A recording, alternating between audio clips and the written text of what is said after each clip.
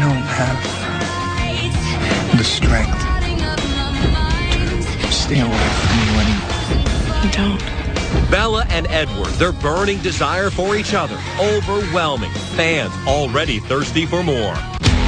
Back alley entrances, fake names on the call sheet, and mounted police guarding the set. It is one of the most secretive productions ever made, and we're taking you inside.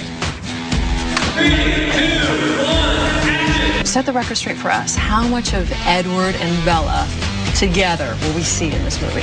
It's kind of as close as possible to the book as you can get. Secrets to the sequel. Number 1, you get more Edward than the book originally prescribes. The visions, we call them, in the book it's supposed to be that she only hears him, but she actually does see him in front of her. So you will get more Robert Pattinson than you'd expect from reading it. It's an illusion when he appears, and it's actually quite scary because Bella's, I guess, if you really look at it, she's kind of going a little bit nuts. She's trying to get over me, but it's just, and it becomes an addiction, just having these hits of seeing me. I dream about being with you forever. Twilight ended with Edward and Bella dancing at the prom, but fans of the series know that this is no happily ever after. In the Twilight saga New Moon, Edward breaks up with Bella to save her. He leaves her only to haunt her soul and mind.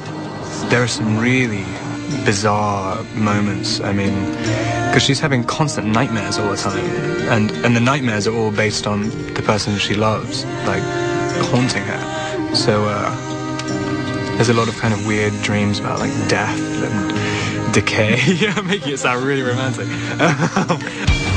Sequel, secret number 2, Edward reveals more of his dark side. The dream sequences are really eerie. It's like you have something that is your idea of like perfection, but you're afraid of it, wild, afraid of losing it. It's like very masochistic. So the lion fell in love with the lamb. What a stupid lamb. Sick, masochistic lion. He gets a chance to be a little bit more scary in the dream sequences, not so perfect. Raking in nearly $400 million worldwide, 3 million DVDs sold the first day. Obsessed fans across the globe have propelled Kristen Stewart and Robert Pattinson to superstardom. It's quite difficult because when you see like all these people, you think in one way or another you have to please them, because like the scream is like a scream of like wanting or whatever, but I mean, I don't know what people want. Well, Robert, what they want is more details. Author Stephanie Meyer has sequel secrets number 3. I took it to some extremes in New Moon, and I think it's kind of an emotional roller coaster experience. You hear that a lot, a little cathartic for me anyway. Probably not what you're expecting unless you've looked at spoilers. That emotional roller coaster is the love triangle between Bella, vampire love Edward, and her pal Jacob, played by Taylor Lautner. I leave you alone for 2 minutes and the wolves descend. It's really exciting that I get to bring alive this part of Jacob that you've never seen before.